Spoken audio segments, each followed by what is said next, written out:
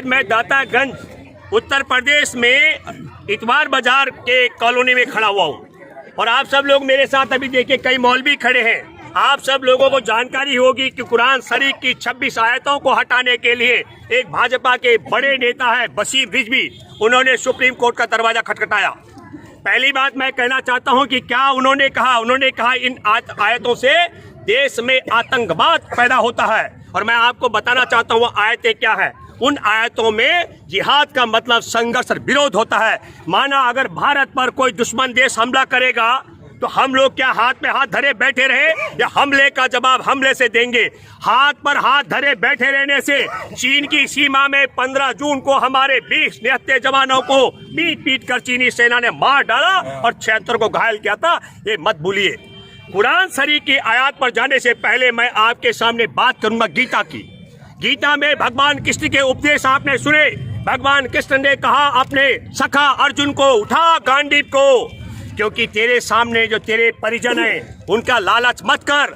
उसके दादा पितामह भीष्म, उसके गुरु द्रोणाचार्य, गुरुपुत्र अश्वत्थामा, उसकी माँ का बड़ा बेटा कर्ण और चचेरे भाई कौरव खड़े थे और भगवान कृष्ण के उपदेश जो गीता में है उसमें कहा गया कि उनका वध कर डाल। और अर्जुन ने गांडीव उठाया और पितामह भीष्म से लेकर द्रोणाचार्य तक अपने भाई कर्ण से लेकर के और चचेरे भाई, जान कर अनजान बनना ये महा दुष्कर्म है, न्यायार्थ अपने बंधु को भी दंड देना धर्म है।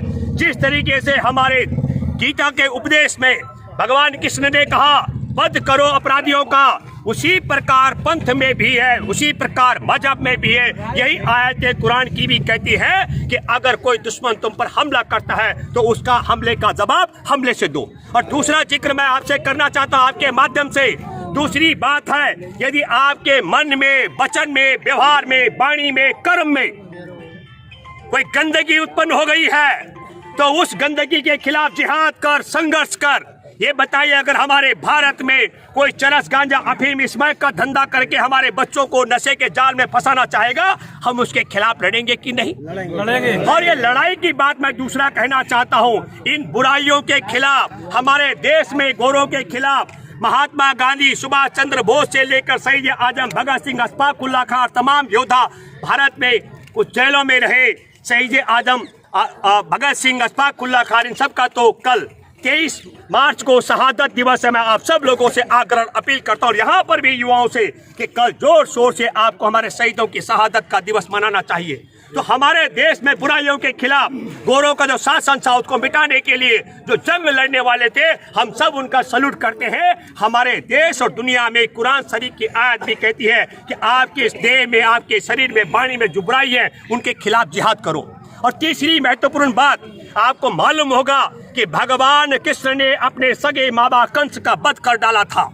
आपको मालूम होगा कि भगवान राम ने सीता का हरण करने पर रावण के वंश का निर्वंश कर डाला था। ये मैं इसलिए कहना चाह रहा हूँ कि कुरान शरीफ की आयत ये कहती है यदि कहीं अत्याचार हो रहा हो, अन्याय हो रहा हो, शोषण हो रहा हो, उसके खिलाफ जिहाद करो, संघर्ष करो। जैसे हम सब लोग अभी मौजूदा दौर पे मोदी सरकार 3 काले कानून लेकर आई जिसके खिलाफ हम संघर्ष कर रहे हैं। राजधानी दिल्ली में आपने सुना होगा, सिंगोपुर से लेकर के टिकरी बॉर्डर, गाजीपुर बॉर्डर, हमारे धरनों में 300 से ज्यादा किसानों की शहादत हो चुकी है। हम संघर्ष कर रहे हैं, जिहाद कर रहे हैं 3 काले कानून के खिलाफ। और मैं दूसरा जिक्र करना चाहता हूं, इसी प्रकार हमारे देश के अंदर कुरान शरीफ में भी कहा गया है कि यदि कोई इस प्रकार का अत्याचार करता है, आपके खिलाफ नाइंसाफी करता है, कहीं शोषण करता है, तो उसके खिलाफ उठ खड़ा होना चाहिए। चाहे वह कंस हो और चाहे वह रावण हो, उसके खिलाफ आपको लड़ना चाहिए। तो वसीम रिजवी ने जो एक सुप्रीम कोर्ट में याचिका दायर की है, मैं आपके माध्यम से दर्शकों को कहना चाहता हूं, चांदमल चोपड़ा ने भी